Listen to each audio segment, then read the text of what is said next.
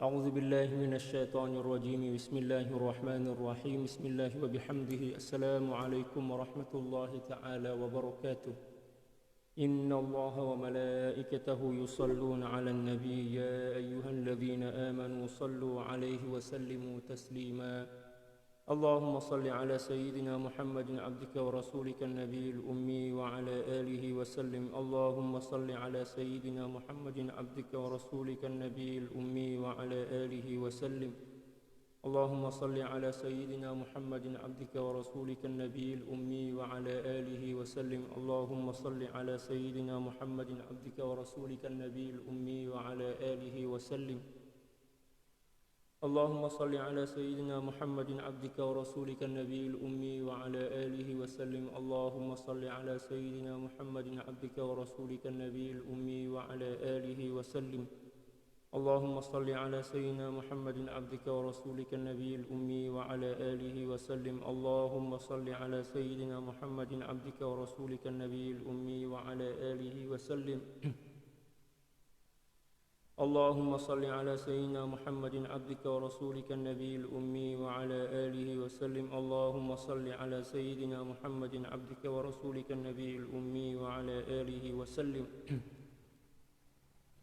اللهم صل على سيدنا محمد عبدك ورسولك النبي الأمي وعلى آله وسلم اللهم صل على سيدنا محمد عبدك ورسولك النبي الأمي وعلى آله وسلم عدد ما وسعه علم الله Alhamdulillah, wassalatu wassalamu ala al-mabu'usi rahmatan lil alamin sayyidina Muhammad wa ala alihi wa sahbihi ajma'in. Allahumma ighfir li ummati sayyidina Muhammadin sallallahu alaihi wasallam wa aslih ummata sayyidina Muhammadin sallallahu alaihi wasallam wa farrij an ummati sayyidina Muhammadin sallallahu alaihi wasallam warham ummata sayyidina Muhammadin sallallahu alaihi wasallam wa alif baina qulubi ummati sayyidina Muhammadin sallallahu alaihi wasallam lima tuhibbu wa tardah وافتح لنا فتوح العارفين بك بحق سيدنا محمد صلى الله عليه وسلم سبحانك لا علم لنا إلا ما علمتنا إنك أنت العليم الحكيم ولا حول ولا قوة إلا بالله العلي العظيم وصلى الله على سيدنا محمد وعلى آله وصحبه وسلم الحمد لله رب العالمين. Alhamdulillah, puji syukur kehadirat Allah Subhanahu wa taala yang masih memberikan kesehatan kepada kita, keluangan untuk beribadah dan untuk menghambakan diri kepada Allah Subhanahu wa taala. Semoga nikmat sifat kehambaan ini senantiasa dijaga oleh Allah Subhanahu wa taala di dalam jiwa kita. Allahumma amin. Salawat dan salam semoga senantiasa tercurah ke atas junjungan dan kasih hati kita Nabi besar Muhammad sallallahu alaihi wasallam, nabi yang telah banyak berjasa kepada kita, yang sangat mencintai kita, melebihi kecintaan kita kepada beliau. Demikian juga kepada keluarga, para sahabat serta orang-orang yang senantiasa mengikuti jejak langkah baginda sallallahu alaihi wasallam. Wassalawatullahi wassalamuhu alaika sayyidi ya Rasulullah. Para sahabat sekalian, insyaallah hari ini kita akan kembali meneruskan kajian kita dari kitab At-Tibyan fi Adabi Hamalatil Quran, karangan daripada Sayyidil Imam An-Nawawi radhiyallahu taala. Pada muka surat 176 hari ini,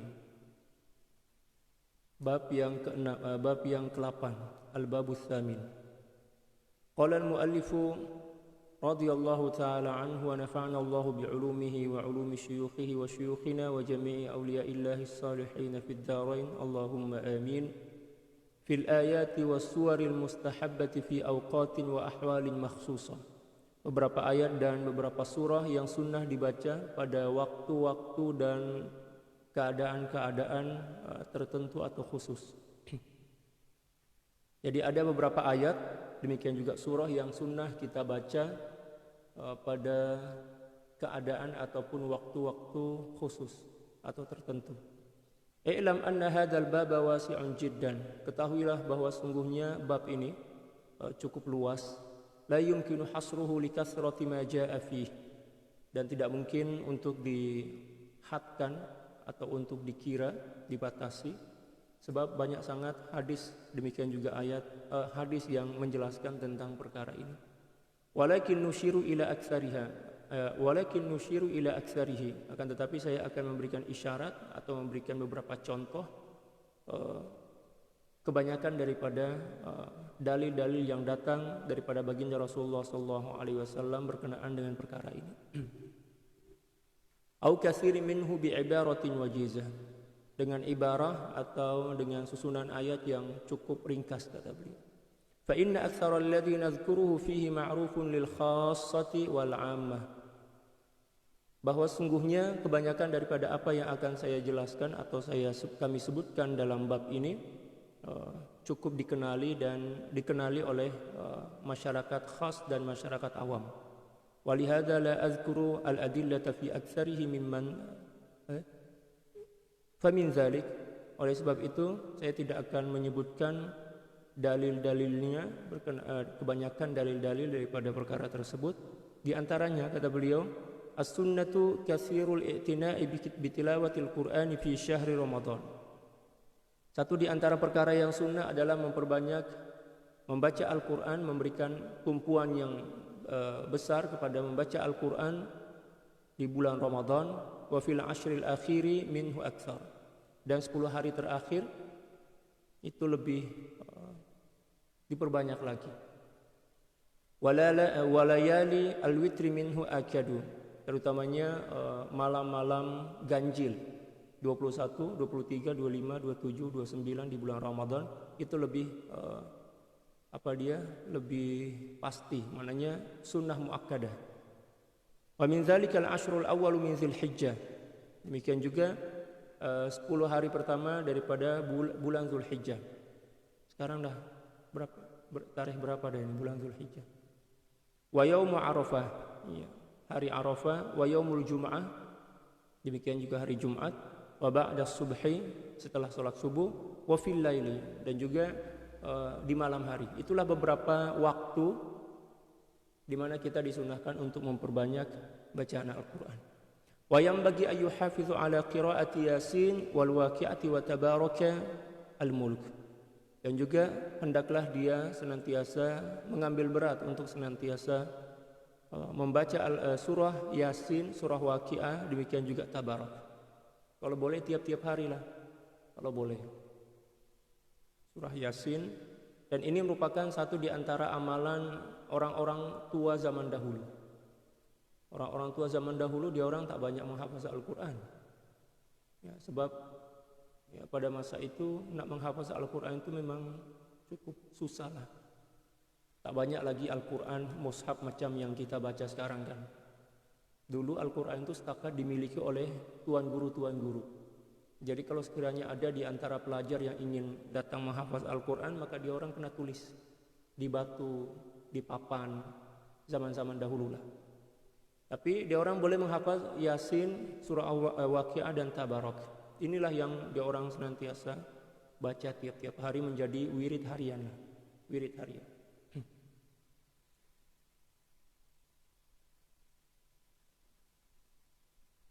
Faslun as-sunnatu ay yaqra'a fi salati subhi yaumul jum'ati yaumal jum'ati ba'da al-fatihati fi rak'atil ula alif lam mim tanzil bi kamaliha wa fi tsaniyati hal ata 'alal insani bi kamaliha. Pasal yang menjelaskan tentang kesunahan atau sunnah membaca Al-Qur'an, membaca pada salat subuh hari Jumat setelah membaca suratul Fatihah pada rakaat yang pertama alif lam mim tanzil, ya, dengan sempurna mulai daripada awal sampai kepada akhir. Wa fi tsaniyah, pada rakaat yang kedua setelah membaca suratul Fatihah membaca surah hal ata 'alal insan secara lengkap, semualah daripada awal sampai kepada akhir. Tapi kebanyakan sekarang yang saya jumpa beberapa surah yang ada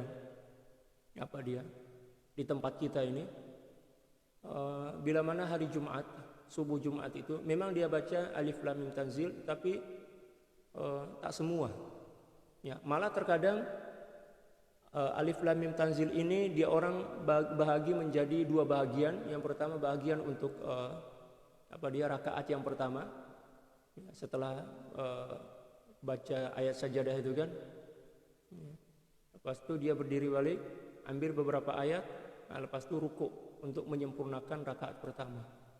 Lepas itu nanti ya, rakaat yang kedua pula dia sambung ayat yang masih baki lagi, beberapa ayat yang baki itu. Maknanya dia tidak mengamalkan sunnah dengan betul. Sebab sunnahnya itu kena baca sepenuhnya, semuanya kena baca.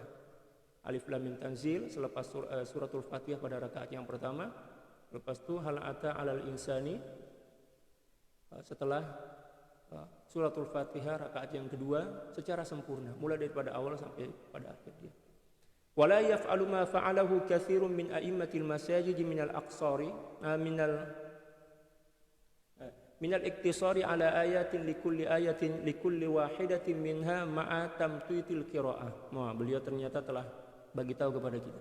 Dan janganlah seseorang itu melakukan sesuatu yang banyak dilakukan oleh imam-imam masjid ya, yang mengiktisar, yang meringkas membaca hanya beberapa ayat pada setiap surah tersebut dengan bacaan yang laju.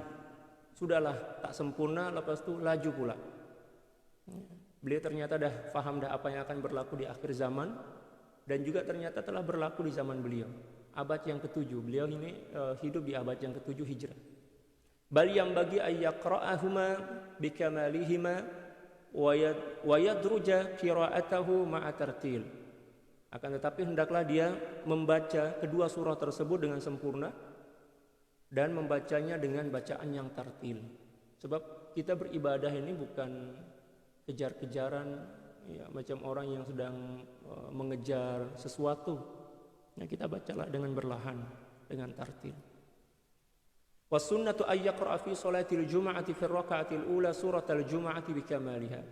Demikian juga sunnah bagi seseorang untuk membaca, bagi seorang imam ya, maksudnya di sini yang dimaksud adalah seorang imam di hari Jumat membaca suratul Jum'ah ya, di rakaat yang pertama dengan sempurna. Jadi suratul Jum'ah itu dibaca dengan sempurna. Wa fi tsaniyati suratul munafiqin, dan pada rakaat yang kedua membaca suratul munafiqin. Tak panjang sangat, satu muka surat lah. Satu muka surat lebih sedikit. Bikamaliha, dengan sempurna. Wa insya'a, kalau dia nak, maknanya dia tak nak baca yang agak panjang di atas tadi itu. Ya, sabbihisma rabbikal a'la pada rakaat yang pertama. Wa fi tsaniyati hal ataka hadithul ghasyiyah. Fakilahuma sahihun an Rasulillah sallallahu alaihi wasallam. Dua bacaan tadi sahih diriwayatkan daripada baginda Rasulullah sallallahu alaihi wasallam. Wal yajtanibil iktisara ala ba'd. Dan janganlah dia mengambil separuh saja daripada surah-surah itu. Maknanya kena baca seluruhnya. Ada dua pilihan. Pilihan yang pertama salat Jumat, pada rakaat yang pertama membaca surah Al-Jum'ah dengan sempurna. Pilihan yang adapun yang kedua, pada rakaat yang kedua membaca suratul munafiqin dengan sempurna. Itu pilihan yang pertama. Adapun pilihan yang kedua, kalau tak nak baca panjang-panjang sangat, maka pada rakaat yang pertama membaca sabbihis, dan rakaat yang kedua adalah hal ataka hadithul ghasyiyah.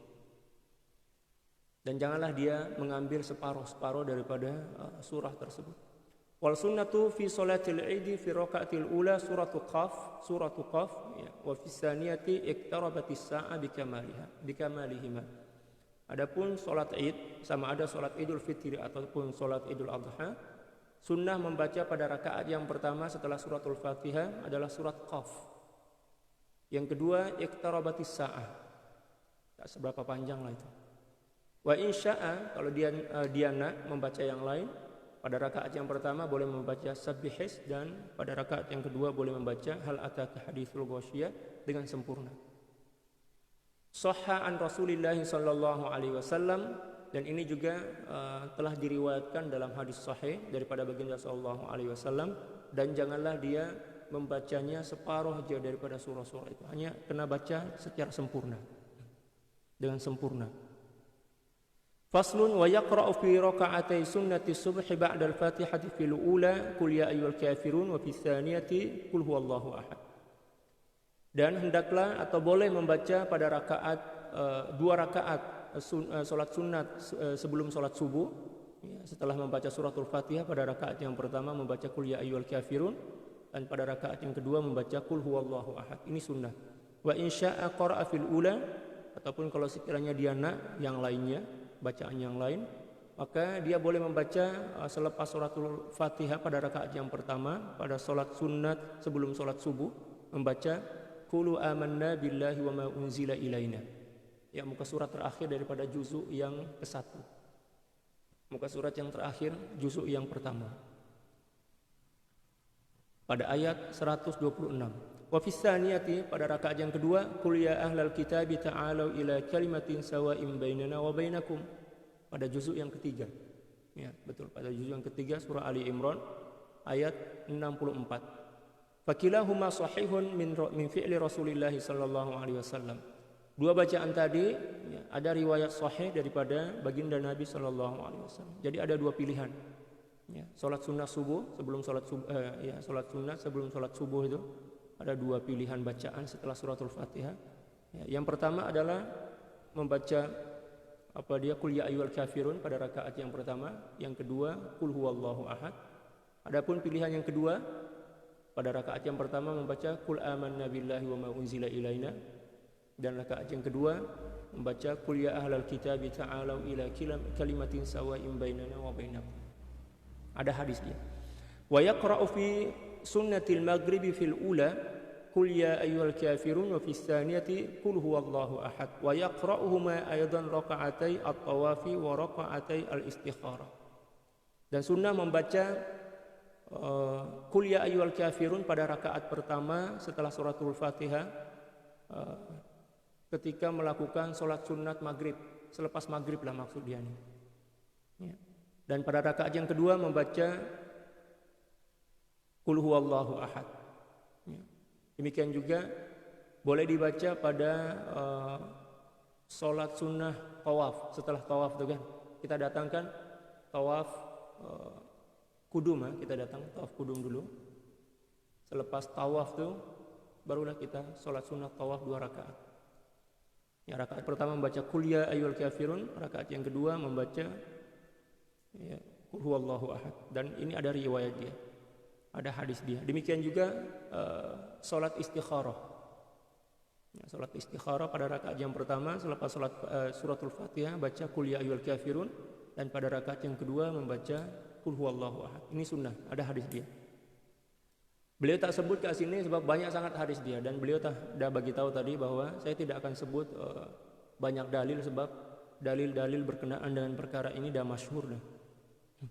Wa yaqra'u man awtara bi thalathati rakaat fil rakatil ula, dan sunnah bagi seorang yang salat witir 3 rakaat membaca pada rakaat yang pertama setelah suratul Fatihah Sabbihis rabbikal a'la, dan pada rakaat yang kedua membaca qul ya ayyuhal kafirun. Adapun pada rakaat yang ketiga membaca qul huwallahu ahad dan muawwidzatain. Ya, muawwidzatain. Nah, adapun dalam mazhab Syafi'i. Adapun yang selalu kita tengok, yang selalu kita jumpain di beberapa masjid yang memakruhkan atau tak suka membaca dalam satu rakaat itu beberapa surah. Nah, itu pahaman yang tak sesuai dengan pahaman kita mazhab Syafi'i. Jadi di akhir salat witir itu dia orang setakat baca qul huwallahu ahad. Dia orang tak nak baca qul a'udzu birabbil falaq dan qul a'udzu birabbin nas, sebab dia orang cakap ini tak boleh dibaca dalam satu rakaat. Nah, itu bukan mazhab kita itu. Kalau mazhab kita disunahkan malah membaca 3 surah itu di akhir daripada salat witir kita. Membaca qul huwallahu ahad, qul a'udzu birabbil falaq dan qul a'udzu birabbin nas. Berbeda dengan mazhab yang selalu kita jumpa ke beberapa masjid. Nah, di sini pun ada, di sini kawasan tempat tinggal saya di sini ada. Nah, terutama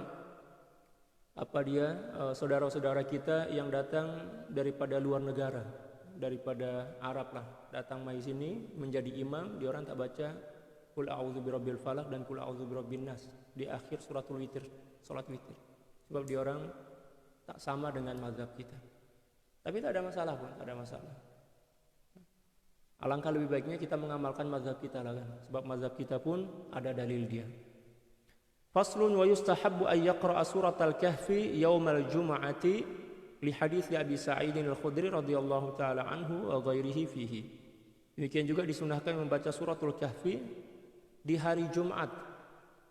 Ya, seperti mana yang dijelaskan oleh hadis baginda sallallahu alaihi wasallam yang diriwayatkan oleh Sayyidina Abi Sa'id al-Khudri radhiyallahu taala an, demikian juga hadis-hadis yang lain. Jadi banyak hadis dia. Qala al-Imam Syafi'i rahimahullahu taala fil Al-Imam Syafi'i radhiyallahu taala anhu berkata dalam kitab Al-Um, wa yustahabbu ay yaqra'aha aidan lailatal jum'ah, dan disunahkan juga membaca suratul kahfi di malam Jumat. Ada yang hadis yang pertama tadi di hari Jumat, di siang hari kan. Hadis yang kedua pula daripada Al-Imam Syafi'i ya, di malam Jumat. Mananya ada pilihan, nak baca malam Jumat ke nak baca siang Jumat atau kedua-dua sekali boleh. Wa yustahabbu ay yaqra'a aidan lailatul jum'ati wa dalilu hadza ma rawahu Abu Muhammadin ad-Darimi bi isnadihi an Abi Sa'id al-Khudri radhiyallahu taala an. Dalilnya adalah hadis yang diriwayatkan oleh Abu Muhammad Al-Imam Ad-Darimi dengan sanadnya daripada Abi Sa'id Al-Khudri radhiyallahu taala an. Beliau berkata, "Man qara'a suratal kahfi lailatal jum'ati adha'a lahu minan nuri fima bainahu wa bainal baitil atiq." Siapa orang yang membaca suratul kahfi di malam Jumat, maka Allah Subhanahu wa taala akan memberikan cahaya kepadanya yang menyinari antara seseorang yang membacanya dan Baitul Atiq. Baitul Atiq itu artinya Ka'bah. Maknanya kalau sekiranya dia berada di Malaysia nih, dia membaca suratul kahfi, maka cahaya yang Allah bagi itu sampai kepada ya, Makkah, Baitul Atiq, ke Ka'bah. Cahaya yang Allah bagi. Itu berkat daripada membaca suratul kahfi. Yang dimaksud cahaya di sini bukan cahaya lampu macam ini, tapi keberkatan. Ya, keberkahan, kasih sayang, pengampunan dan lain sebagainya. Wa dzakara ad-Darimi haditsan fi istihbab qira'ati surati Hud yaumal jum'ati wa an maqhul at-tabi'i al-jalil istihbab qira'ati Ali Imran yaumul jum'ah. Demikian juga ada diriwayatkan oleh Imam Ad-Darimi hadis yang menjelaskan tentang sunnah membaca surat Hud. Surat Hud ini juzu yang ke-12, akhir-akhir juzu yang ke-12.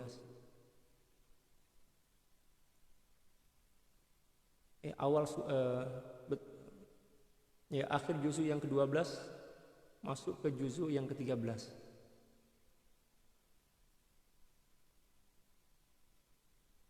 Mohon maaf, akhir daripada juzuk yang ke-11 masuk ke juzuk 12. Nah, sunnah hukumnya membaca surah Hud hari Jumat, demikian juga membaca surah Ali Imran hari Jumat. Maknanya membaca semuanya lah, bukan separuh aja, membaca semua. Surat Hud dan surah Ali Imran. Ada riwayat dia daripada baginda Rasul sallallahu alaihi wasallam. Faslun wa yustahabbul iktsaru min tilawati ayatil kursi fi jami'il mawatin wa ay yaqra'aha kulla lailatin idza awa ila firashihi. Pasal yang menjelaskan tentang sunnah memperbanyak bacaan ayatul kursi, ayat kursi pada setiap keadaan. Wa ayyaqra'aha kulla lailatin idza awa ila firashihi, dan hendaklah dia membaca ayat kursi setiap malam ketika mana ingin tidur. Ya, nak mulakan proses kita tidur itu baca surat ayatul kursi dulu, sunnah hukumnya. Wa ayyaqra'al mu'awwidhataini aqiba kulli salatin, dan juga disunahkan untuk membaca qul a'udzu birabbin falaq dan qul a'udzu birabbin nas di akhir setiap salat fardu. Dan itu banyak diamalkan di beberapa tempat di Malaysia ini. Di Indonesia juga banyak. Selepas salat fardu sunnah membaca qul a'udzu birabbil falaq dan qul a'udzu birabbin nas. Faqad shahha an Uqbah bin Amir radhiyallahu taala anhu qala amarani Rasulullah sallallahu alaihi wasallam an aqra'a al-mu'awwidhataini dubura kulli salatin. Telah warid daripada Sayyidina Uqbah bin Amir, diriwayatkan oleh Sayyidina Uqbah bin Amir, dan ini adalah hadis sahih radhiyallahu taala anhu. Beliau berkata, baginda sallallahu alaihi wasallam telah perintahkan aku agar membaca surah Qul a'udzu birabbil falaq dan Qul a'udzu birabbin nas di setiap selesai salat fardu. Rawahu Abu Dawud, Tirmizi, wan Nasa'i wa qala Tirmizi hadisun hasanun sahih. Diriwayatkan oleh Imam Abi Dawud, Imam Tirmizi dan Imam Nasa'i. Lalu kemudian Imam Tirmizi berkata bahwa hadis ini adalah hadis hasan dan sahih. Sunnah membaca 2 surah itu. Tapi selalunya di kampung-kampung dia orang terus himpun terus dengan surah Al-Ikhlas. Yang pertama baca suratul Ikhlas 3 kali, yang kedua membaca Qul a'udzu birabbil falaq 3 kali, dan yang ketiga adalah membaca Qul a'udzu birabbin nas 3 kali. Boleh, tak ada masalah. Faslun yustahabbu ay yaqra 'inda an-naumi ayatal kursi. Disunahkan untuk membaca ayat kursi setiap hendak tidur. Wa qul huwallahu ahad, demikian juga suratul Ikhlas Qul huwallahu ahad, wal muawwizataini wa akhir suratil Baqarah. Membaca Qul a'udzu birabbil falaq dan Qul a'udzu birabbin nas serta akhir daripada suratul Baqarah. Akhir daripada suratul Baqarah itu amanar rasul, ya. Aman rasulu bima unzila ilaihi min rabbih wal mu'minun. Fahadha mimma yuhtamu bihi, dan ini merupakan suatu amalan yang kita kena ambil berat, kita kena perhatikan dengan betul-betul. Wa yata'akkadul i'tina'u bih, dan sangat digalakkan untuk mengambil berat perkara ini.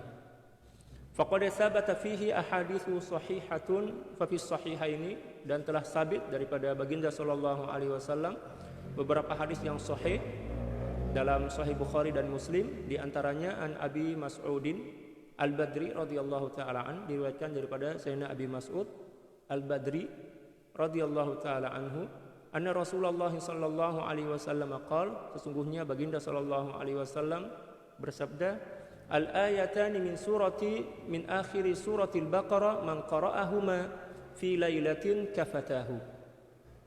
Ada 2 ayat di akhir-akhir suratul Baqarah. Sesiapa orang yang membaca kedua ayat itu di malam hari, maka memadailah baginya 2 ayat itu. Maknanya akan menjaga dia, akan memelihara dia daripada perkara-perkara yang buruk. Qala jama'atu minal ulama, ya, ada sekelompok daripada para ulama yang berkata kafatahu min qiyamil lail. Yang dimaksud dengan kafatahu, memadai baginya, adalah memadai baginya daripada bangun salat malam. Kalau sekiranya ada orang yang membaca 2 ayat tadi sebelum tidur dan dia terlepas, ketiduran kalau dalam bahasa Indonesia, tak sempat nak bangun sholat tahajud, maka 2 ayat tadi telah pun memadai ataupun telah cukup sebagai pengganti daripada sholat tahajud itu bila mana dia ketiduran, ya, tak sempat nak bangun malam untuk sholat tahajud. Wa qala akharun, dan separuh ulama yang lain mengatakan kafatahul makruha fi lailatihi. Yang dimaksud dengan kafatahu adalah Allah Subhanahu wa taala menjaga diri dia, orang yang membaca itu, daripada perkara-perkara yang buruk berkat 2 ayat yang dibacanya tadi. Jadi ada 2 penafsiran para ulama berkenaan dengan hadis ini, dan dua-duanya boleh kita gunakan sebab tak bercanggah. Ya. Janji kita bacalah, yang terpenting adalah kita baca. Ya, ringkas dia Tuhan. Amana rasulu bima unzila ilaihi min rabbih wal mu'minun kullun amana billah wa malaikatihi wa kutubihi wa rusulihi, sampai akhir, ya, 2 ayat akhir daripada suratul Baqarah. Sunnah hukumnya. Wa an Aisyah radhiyallahu taala anha, diriwayatkan daripada Siti Aisyah ummul mukminin radhiyallahu taala anha, anna Nabiy sallallahu alaihi wasallam kana kulla lailatin yaqra'u qul huwallahu ahad wal muawwidzatain. Waqad taqaddamnahu fi faslin nafsi, ya, bil Quran. Baginda sallallahu alaihi wasallam, sesungguhnya baginda sallallahu alaihi wasallam senantiasa membaca Qul huwallahu ahad dan Qul a'udzu birabbil falaq serta Qul a'udzu birabbin nas setiap malam. Ya, seperti mana yang telah disebutkan pada bab sebelum ini tentang sunnah meniup di tangan bacaan Qul huwallahu ahad, Qul a'udzu birabbil falaq, Qul a'udzu birabbin nas, dan disapukan kepada seluruh tubuh badan kita. Itu yang dimaksud dengan an-nafas. Bukan nafas tetapi nafas menggunakan huruf ta bil Quran. Jampilah istilah kita, ruqyah atau jampi-jampi. Warawa Ibnu Abi Dawud bi isnadihi an Ali radhiyallahu taala anhu wa karramallahu wajha wa alaihi salam qala ma kuntu ara ahadan ya'qilu dakhala fil Islam yanamu hatta yaqra ayatul kursi. Diriwayatkan oleh Ibnu Abi Dawud dengan sanad beliau daripada Sayyidina Ali karramallahu wajhahu wa radhiyallahu taala anhu alaihi salam. Beliau berkata, saya tidak melihat kepada seseorang yang berakal yang telah masuk Islam tidur sebelum membaca ayat kursi. Seolah-olah beliau berkata, kalau ada orang Islam, seorang muslim yang tidur sebelum membaca ayatul kursi, itu orang tak ada akal. Maknanya rugi lah, bukan tak ada akal langsung, tapi maksudnya adalah rugi. Wa an Ali radhiyallahu taala an, diriwayatkan juga daripada Sayyidina Ali radhiyallahu taala an, qala, beliau berkata, ma kuntu ara ahadan yaqilu yanamu qabla an yaqra'al al-ayati thalath al-awakhir min suratil Baqarah. Isnaduhu sahih an syartil Bukhari wa Muslim. Beliau berkata, saya tidak melihat seorang yang berakal tidur sebelum membaca 3 ayat akhir-akhir daripada suratul Baqarah. Maknanya mulai daripada amanar rasul. Nah, betul, amanar rasul bima unzila ilaihi mir rabbih wal mu'minun. Bukan. Dimulai daripada lillahi ma fis samawati wa ma fil ardi wa in tubdu ma fi anfusikum aw tukhfuhu yuhasibukum billah. Akhir 3 ayat akhir daripada suratul Baqarah. Itu sunnah dibaca sebelum tidur. Dan hadis ini adalah hadis sahih mengikut syarat kesahihan daripada Imam Bukhari dan Muslim. Seolah-olah kata beliau, kata Sayyidina Ali, sangat merugilah orang yang tidak membaca ketiga ayat ini dan juga ayatul kursi sebelum tidur.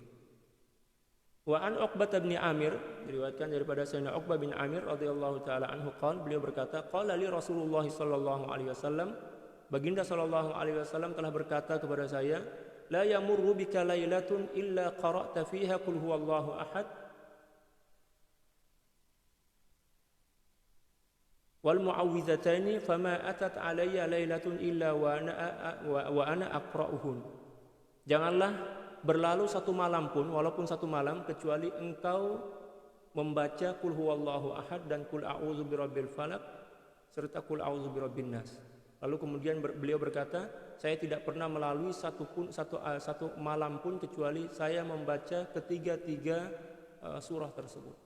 Dan ini merupakan amalan yang memang diambil berat oleh para sahabat, diperhatikan sangat oleh para sahabat. Dan insya Allah bila mana kita baca dengan niat yang betul, cara yang betul, kalau ada orang yang nak santau, nak hantar benda-benda yang tak elok itu, insya Allah Allah lindungi kita, Allah jaga kita. Janji kita amalkan dengan keyakinan dan keikhlasan hati.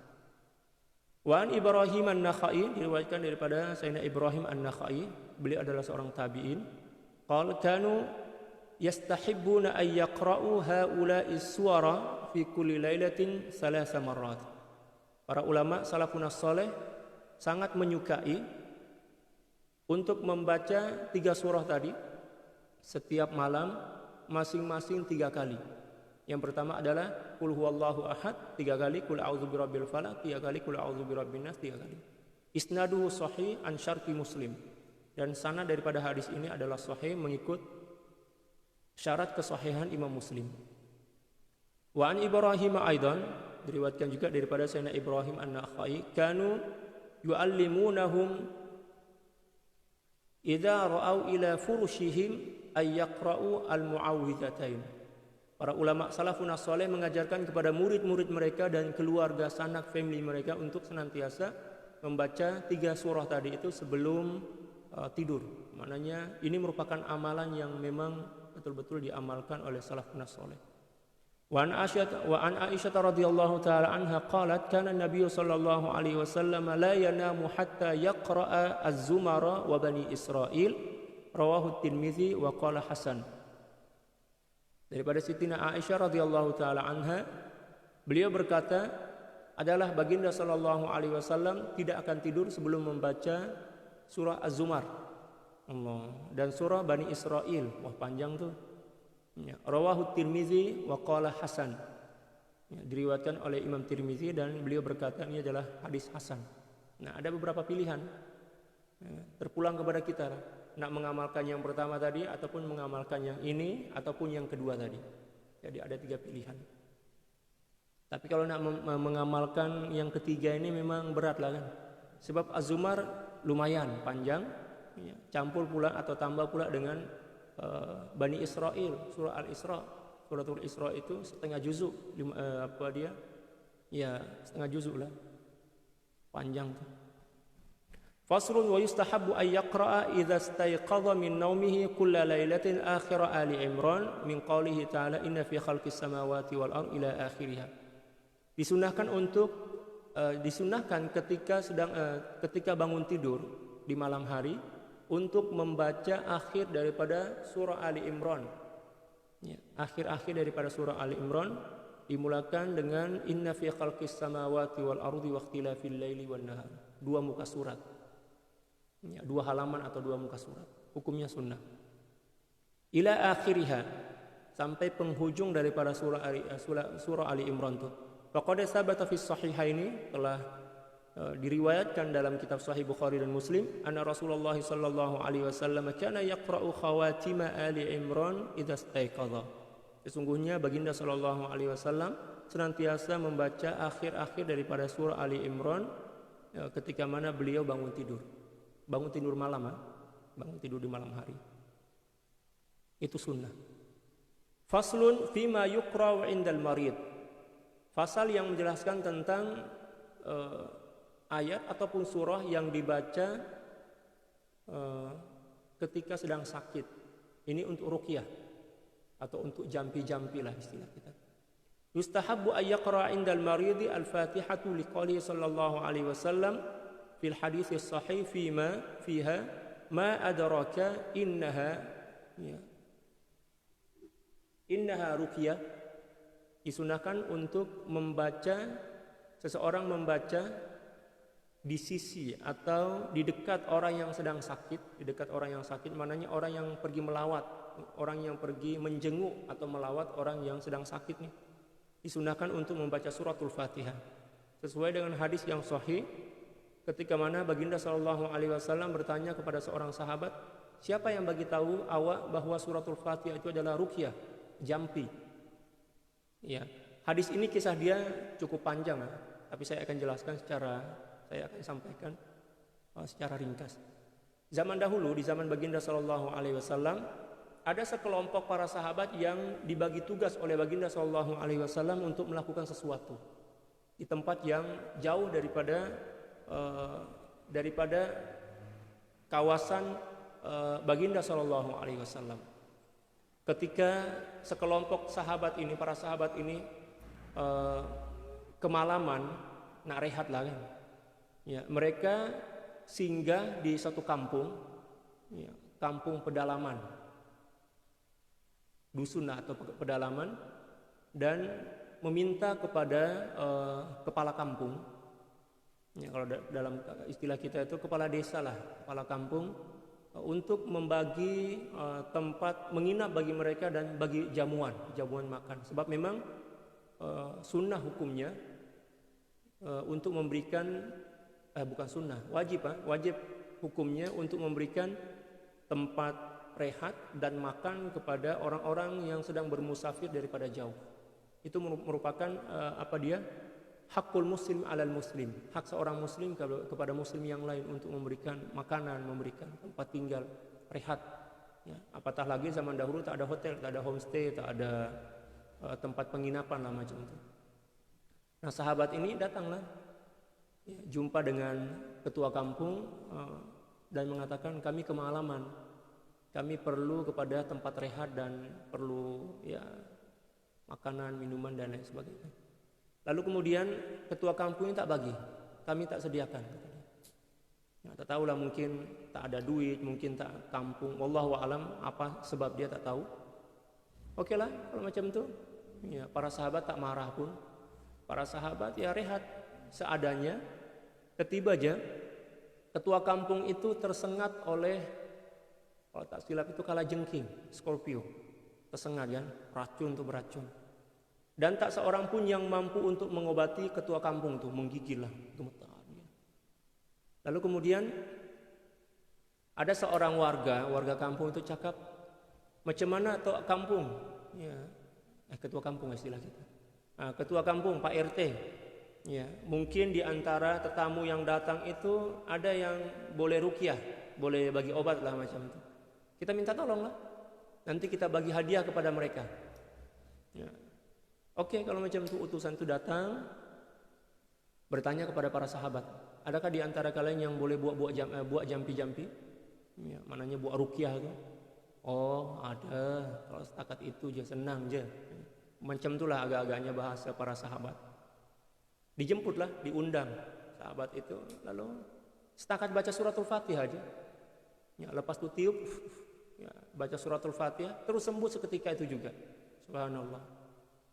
Lalu kemudian dibagilah beberapa ekor kambing, ya, kepada para sahabat itu, dan juga dibagi penginapan. Tapi para sahabat itu tak nak terima. Oh, tunggu dulu. Ya, kata sahabat itu, kami orang tak berani terima benda ini. Ya, sebab kami tadi membaca suratul Fatihah. Ya, sebelum ini ke orang tak nak bagi kepada kami orang. Kenapa pula sekarang nak bagi setelah kami baca suratul Fatihah, bagi jampi-jampi kepada kalian? Tunggu dulu, saya tak nak terima.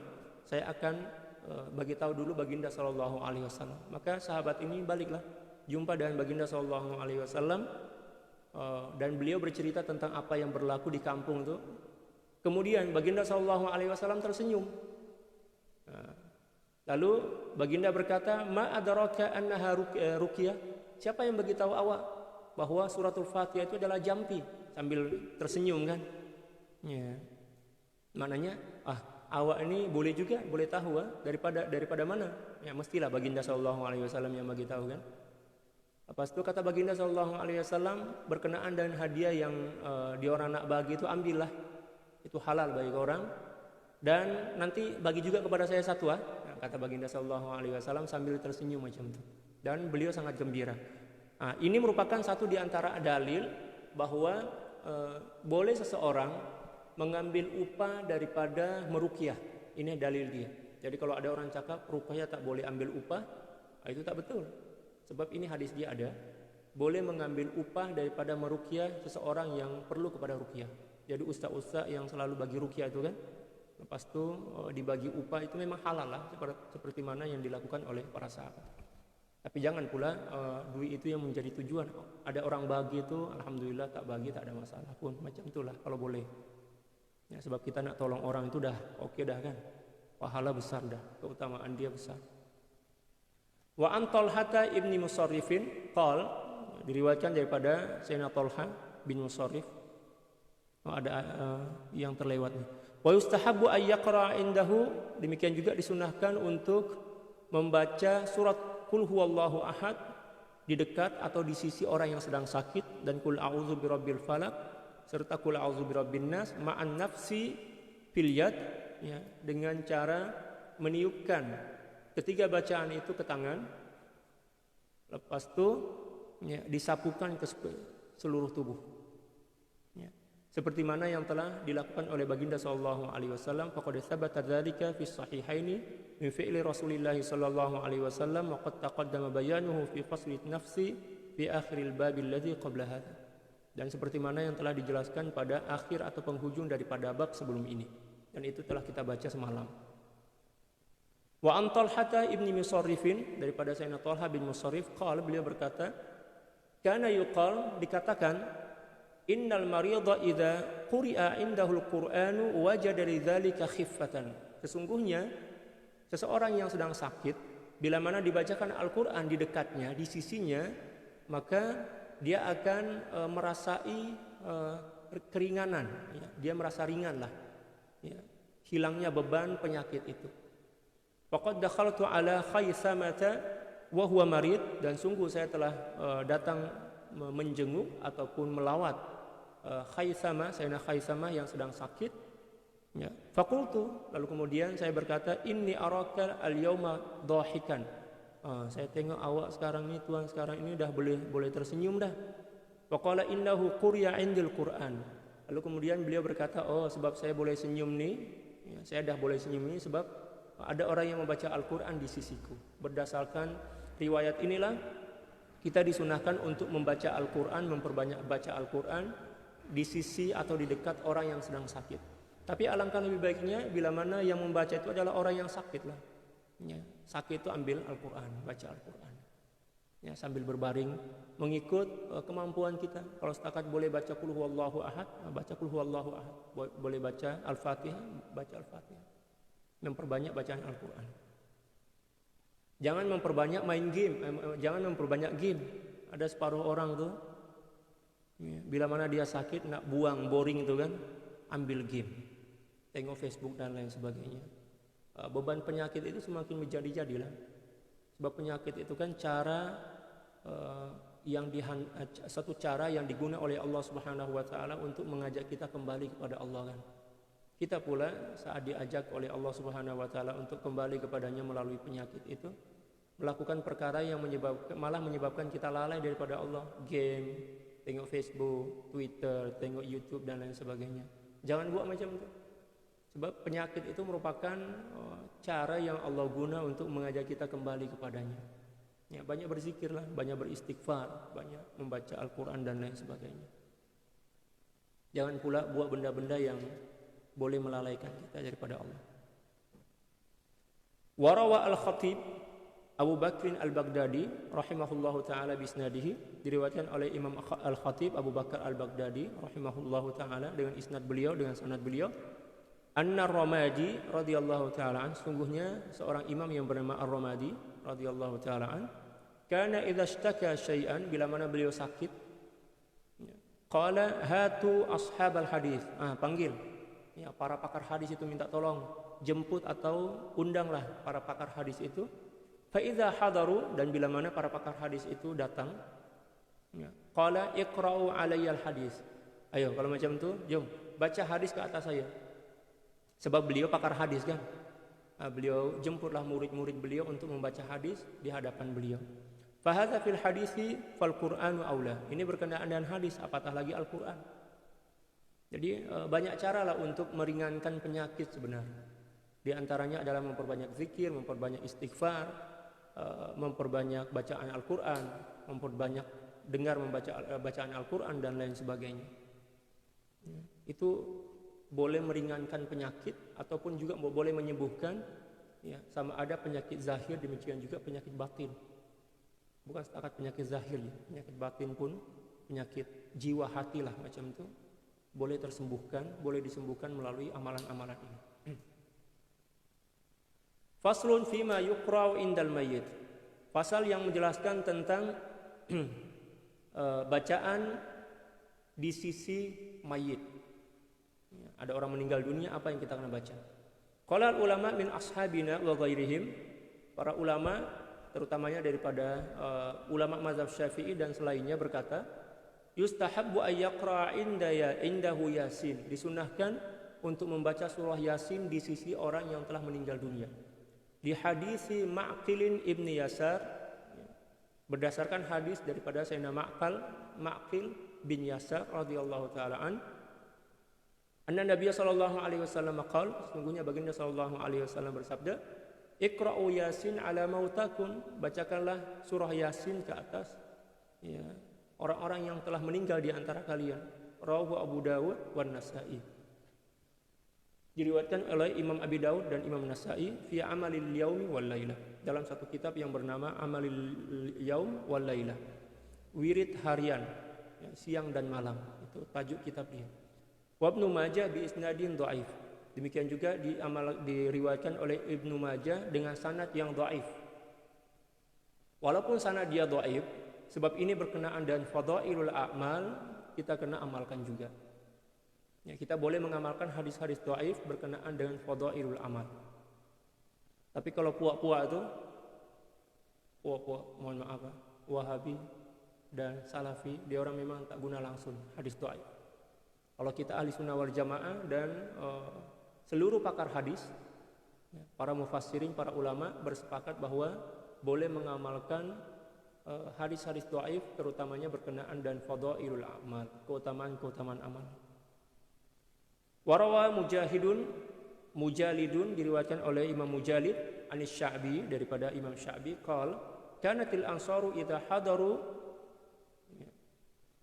qara'u indal mayyiti surat al-Baqarah wa mujalidun dhaif. Ya, diriwayatkan daripada Imam Mujalid bahwa para sahabat dari golongan Ansor bila mana mereka datang melawat kepada orang, datang mengunjungi atau bertakziah kepada seseorang yang telah meninggal dunia, mereka membaca surat al-Baqarah. Dan hadis ini adalah hadis dhaif, tetapi boleh kita amalkan sebab berkenaan dengan fadailul a'mal. Wallahu a'lam bishawab.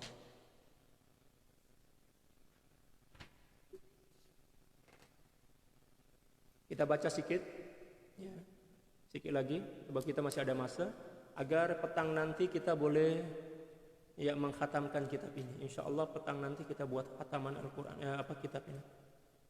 Dan kalau saya ingat, insya Allah saya akan sampaikan juga sanad daripada kitab ini, pengijazahan daripada kitab ini. Kalau saya ingat lah. Faslun al-babus tasi'. Ya, bab yang ke-9 kita baca sikit agar petang nanti kita tak perlu banyak, untuk khataman itu tak terlalu banyak lah kita baca. Kita baca dalam beberapa muka surat pendek. Kita baca macam tu je.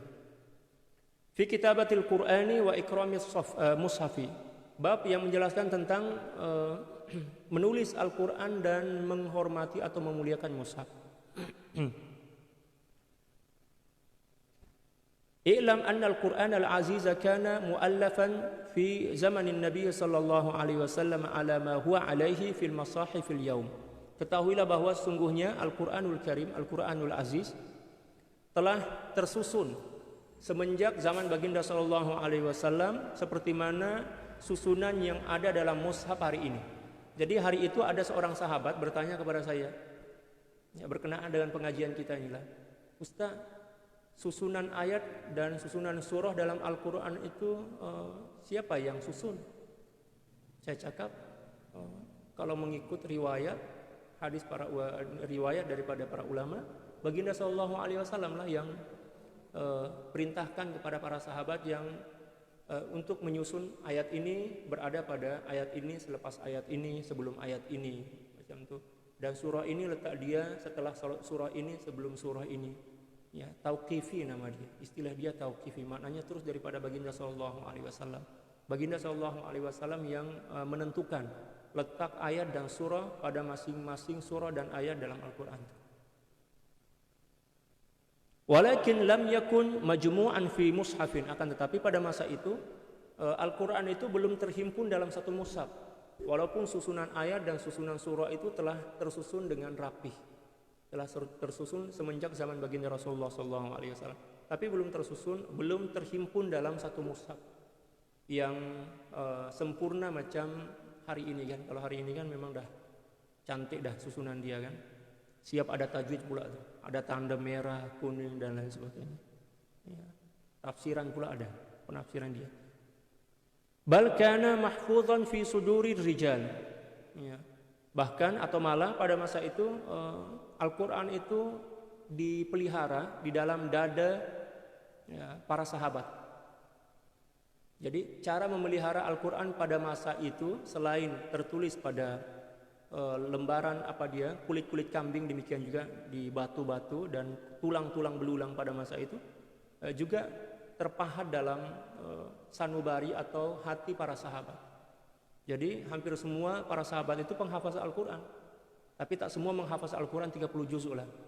Ada sahabat-sahabat yang dhaif yang tak seberapa ada masa nak menghafaz Al-Quran sebab sibuk dengan kerja, berniaga dan lain sebagainya. Dia orang hafal separuh beberapa juzuk lah. Tapi ramai juga yang menghafaz Al-Quran 30 juzuk. Di antaranya adalah para sahabat yang meninggal dunia dalam perang Uhud kalau tak silap. Ya, perang Uhud, di situ ramai sangat para penghafaz Al-Quran yang meninggal dunia. Fakana tawaifu minas sahabati yahfazunahu kullahu.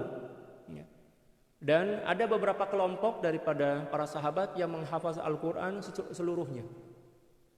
Dan sangat ramai, di antaranya adalah Khulafaur Rasyidin, ya, Sayyidina Abdullah bin Mas'ud, Sayyidina Abdullah bin Abbas, Sayyidina Abdullah bin Umar dan lain sebagainya, Sayyidina Ali, ya. Sayyidina Abi Hurairah radhiyallahu taala, dan banyak lagi, ramai lagi para sahabat yang menghafaz Al-Qur'an. Wa ta'ifatu yahfazuna ab'adha minhu, dan ada juga separuh para sahabat yang setakat menghafaz separuh aja daripada Al-Qur'an itu. Falamma kana zamanu Abi Bakrin As-Siddiq radhiyallahu taala anhu wa qutila katsirun min hamalatil Qur'ani khafa mautahum. Ya. Tatkala di zaman Sayyidina Abu Bakrin As-Siddiq, beliau menjadi seorang khalifah pada masa itu, khalifah pertama, dan telah ramai para sahabat, para penghafaz Al-Qur'an yang telah meninggal dunia. Ya. Khafa mautahum. Ya, maka dikhawatirkan para penghafaz yang baki ini juga akan meninggal dunia sehingga Al-Qur'an itu akan hilang. Ya, khawatirkan macam itu. Waqtilafa man ba'dahum fihi, demikian juga nampak khilaf yang berlaku di antara para sahabat selepas Sayyidina Abu Bakar ini semakin nampak macam itu kan. Maka fastasyara sahabata radhiyallahu taala anhum fi jam'ihi fi mushafin fa asyaru bidzalik. Kemudian Sayyidina Abu Bakar As-Siddiq radhiyallahu taala an menghimpun para sahabat untuk bermusyawarah tentang ada cadangan menghimpun Al-Qur'an secara keseluruhan. Lalu kemudian para sahabat bersetuju. Fakatabahu fi mushafin. Kemudian Sayyidina Abu Bakar memerintahkan para sahabat untuk menghimpun seluruh Al-Qur'an itu dalam satu mushaf yang lengkap. Wa ja'alahu fi baiti Hafsata ummil mu'minin, dan beliau letak di rumah Siti Hafsah. Ya, Siti Hafsah anak daripada Sayyidina Umar bin Khattab radhiyallahu taala an, ummil mukminin. Nah, mengapa Sayyidina Abu Bakar letak kat rumah Siti Hafsah, bukan letak kat rumah Siti Aisyah anak beliau? Sebab beliau tahu ini satu di antara karamah para aulia, bisyarah, ya, bahwa nanti setelah beliau meninggal dunia yang akan menjadi khalifah penerus adalah Sayyidina Umar. Maka sangat layak bila mana Al-Qur'an itu, mushaf itu diletak di rumah istri baginda sallallahu alaihi wasallam daripada anak Sayyidina Umar, yaitu Siti Hafsah. Ya kan? Ya. Allahu Akbar. Subhanallah. Itulah karamah para aulia Sayyidina Abu Bakar. Ya. Dan beliau tak letak di rumah Siti Aisyah agar tak ada kesan, kenapa pula letak ke rumah anak dia? Ya, mentang-mentang istri baginda Rasulullah dan anak dia, kenapa tak bagi kepada istri yang lain kan?